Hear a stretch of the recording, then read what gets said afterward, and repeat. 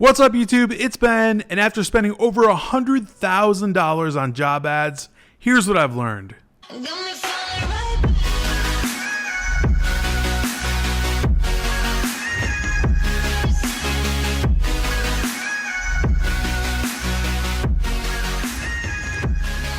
All right, guys, thank you so much for checking out another YouTube video of mine. Hey, if you're not in my Facebook group, Six Figure Recruiters, link in description of this video to get into the group. There are over 9,000 entrepreneurs, recruiters, people in the staffing business that you can collaborate and link with and learn more about the recruiting and staffing business so that you can build your recruiting empire. All right, so now that you've clicked that link and joined my Facebook group, I'm going to get into exactly what I've learned after spending over $100,000 on job ads. All right, so first things first, let's figure out if your job actually needs an ad. So many times your job may or may not actually need to be advertised on Indeed, LinkedIn, or ZipRecruiter, wherever you go to advertise. It might not need an advertisement. It might be that your job needs to be headhunted or traditionally recruited, where you go on LinkedIn and you actually seek out people that you deem would be candidates for this role. This is a critical decision that you need to make by looking at the job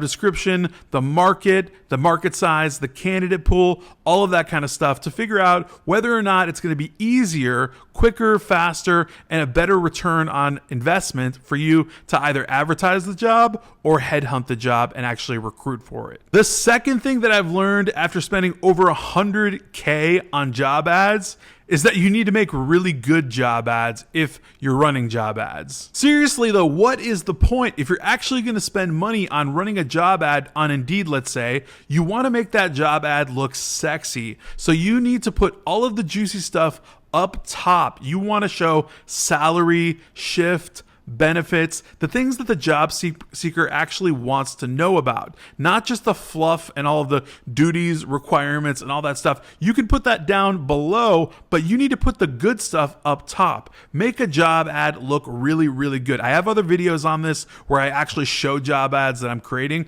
but make your job ad look attractive so it actually gets clicks and then conversions and hopefully really good applicants. Over the years, spending $100,000 on job ads, another thing I've learned is to diversify and understand where your job ad needs to be posted. So let's say that we decide it definitely does need to be a job ad and you're not going to be recruiting or headhunting for the job. You need to understand where is this applicant going to be looking. If it's a low-level, tier 1 level job, I mean a job somebody could figure out in one day, like a janitor, right? You want to sweep floors, you want to wipe down countertops, right? That's the job. You would probably put that on Craigslist, okay? Let's say that somebody needed a skilled trade or a certificate or something that made them qualified to be able to do something mediocre.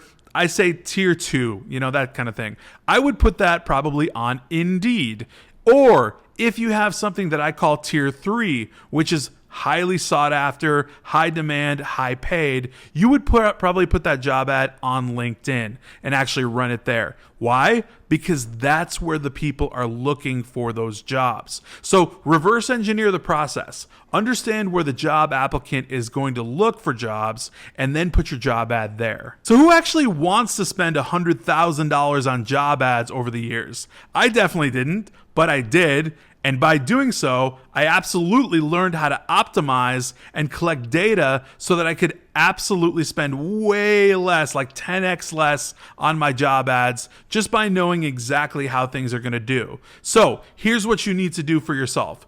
Test, collect data, and optimize your ads. This sounds way easier said than done, and it is. So here's how it has to go. You got to figure out which platform is going to perform best for your ad. If you post an ad on Indeed and it's performing in a weak manner, you definitely need to change platforms. If you post an ad on ZipRecruiter and it's not getting any hits, you absolutely need to change platforms. If you post an ad on Indeed and it's just not performing at all, maybe you just need to change up the copy, the photographs, the title. There could be so many variables involved. You need to check on every single one of them to make sure that your return on ad spend, which is a new term I don't talk about a lot, is good, right? You want to be not spending too much money to be able to get a lot of applicants in the door and ultimately hires that make your return on ad spend worth it. One major factor that I learned about spending $100,000 on job ads is to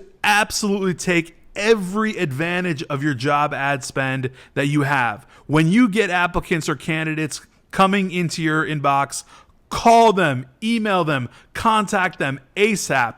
Don't waste any time. Take advantage of the fact that you spent money to get that applicant into your inbox. You need to contact them like that. Even though you're spending money on job ads and getting applicants into the inbox and all that kind of stuff, that's just 25% of the job. The other 3/4 are all you. Right away, you need to sell this job. You need to get the applicant on the phone, over email. You need to get them set up. You need to get them screened, interviewed. You need to get them in to your client so that they can get a final interview and hopefully an offer letter. One big no-no is sitting on a bunch of applicants or candidates that are just waiting on you in your inbox, right? So if you get 10 applicants over a weekend, you cannot sit and wait until Wednesday to call them. You should be calling them on Sunday, doing screens, interviews, getting them prepped, qualifying these people so that you can bring them into your client and get them hired. In a market this hot, by not calling your candidates that come into your inbox ASAP, you are literally just throwing money out the window. These candidates are getting 6, 7 offers at a time. They're also applying for about double that amount of jobs at the time they're applying. Another critical item after spending $100K on job ads is to always make sure that you are getting your return on ad spend. The strategy here is to get your return on ad spend super high, and the strategy is also to spend as little as possible to get the most applicants and the most candidates into your inbox and hired as possible. For example, if you're going to get paid $5,000 to place somebody in a position and you're spending about $1,000 to actually get one person placed, there is something wrong with that equation. Run the math, figure out all the variables, figure out what's wrong, why it took so long, why it spent so much money on that job ad to actually get that candidate, and change things. Now, of course, with that said, do not be afraid to run job ads and spend money on job ads. You have to, right? So if I can get a candidate that I can place for $10,000 as a fee for $500 in ad spend, I'll take that deal all day long, every single day of the week. I have so many people that talk to me, and many of my mentorship program students talk to me about spending money on ads and how I don't know if it's going to work out, or I'm scared to put this money into the platform, or I'm not sure if my ad's performing. Listen, you have to spend money to make money. The last time I ever thought about it, I can't think of one business that doesn't take money to make money. So that's the key. Understanding that you have to go in and have some skin in the game to actually get a return. You simply have to understand that putting upfront investment is always the way it goes in any business. And if you don't think that way, you have a limiting belief, and that's not good. You need to change that belief and understand that there is a return on investment. There's a return on ad spend. There's a return on your time. There's always a return. You just have to dial the variables in and understand exactly how to do it to make it actually work for you. Those are just a few key things that I learned after spending $100,000 on job ads. I hope that this value comes to you and helps you out on your job ads. If you did enjoy this video, please smash that like button, subscribe if you're not subscribed already, and hit that bell alert button so you know every single time I come out with a brand new video. Until then.